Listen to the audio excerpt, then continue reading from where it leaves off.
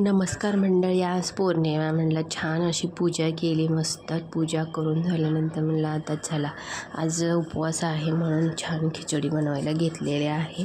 तुमचा पण सगळ्यांचा उपवास असेल ना. रात्रीच भिजवून ठेवलेला शाबू किती छान भिजला आहे बघा. मग गॅस पेटवला आणि त्याच्यावरती कढई ठेवून, ही कढई नाही आहे तवा आहे पण मी याचाच वापर करते. छान तवा तापल्यानंतर मी त्याच्यात तेल ओतलं आणि 2 मिरच्या घेतलेत. कारण आज मी खिचडीमध्ये बटाटा टाकणार नाही आहे, फक्त मिरच्या टाकून बनवणार आहे खिचडी. छान अशी बघा खरपूस अशा मिरच्या भाजून घ्यायच्या. मिरच्या भाजल्यानंतर त्या खाल्ल्या तरी तिखट लागत नाही. मग शाबू करायला घेतला.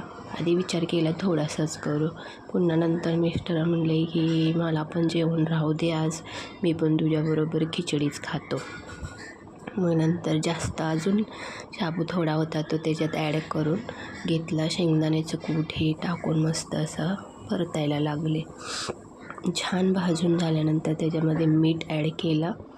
मीठ ॲड केल्यानंतर छान अजून परत राहायचं. आज आम्ही दोघंच आहे ना, मुलं गेले त्यांच्या आत्तूकडे.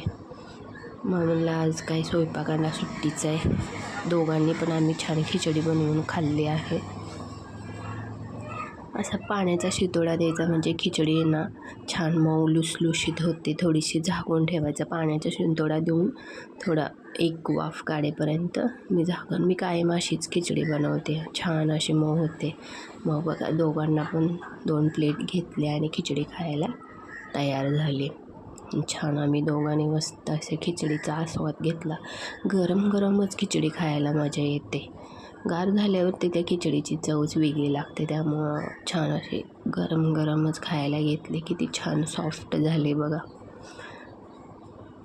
मिस्टर म्हणले की मला मका खायचं आहे. मग ते बोलले दे मी तुला सोलून देतो, म्हणून त्यांनी सोलायला घेतलं. तोपर्यंत मी इकडे आमच्या दोघांसाठी प्लेट तयार करून खायला बसलो. वा, एकच नंबर खिचडी झाली बघा.